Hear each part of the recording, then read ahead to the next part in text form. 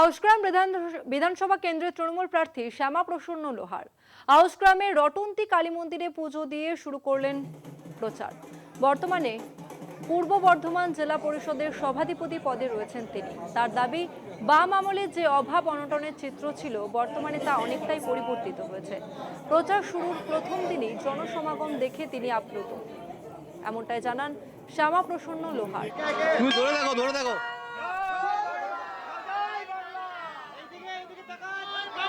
এবং আউশগ্রামের মানুষের যে আবেগ সেটাই বুঝিয়ে দিয়েছে আগামী দিনের রেজাল্ট কি হতে চলে। পশ্চিমবঙ্গ সরকার যার উপর দাঁড়িয়ে আছে, মুখ্যমন্ত্রী মমতা বন্দ্যোপাধ্যায়ের উন্নয়ন, সেই উন্নয়ন থেকে আউশগ্রামও বঞ্চিত হয়নি। আউশগ্রাম একসময় বাম জামানায় অভাবজনিত কারণে ভুগত। বিশেষ করে যদি দেখেন, জঙ্গলমহল নামটা আরও আউশগ্রামের সঙ্গে জড়িত আছে।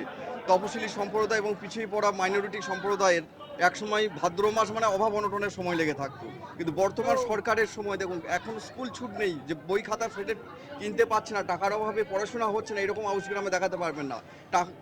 খেতে পাচ্ছে না, খাবারের অভাবে এরকম কিন্তু দেখাতে পারবো না, কিন্তু বাম জামানায় সেটা হয়েছে। মুখ্যমন্ত্রী মমতা বন্দ্যোপাধ্যায় 250-র উপর সিট নিয়ে আসুক, পশ্চিমবঙ্গের প্রতিটা মানুষ ভালো থাকুক এবং প্রত্যেকের ঘরে আনন্দ হাসি ফুটে উঠুক, সকলের শান্তিতে কাটুক, মঙ্গলময় হয়ে উঠুক সকলের।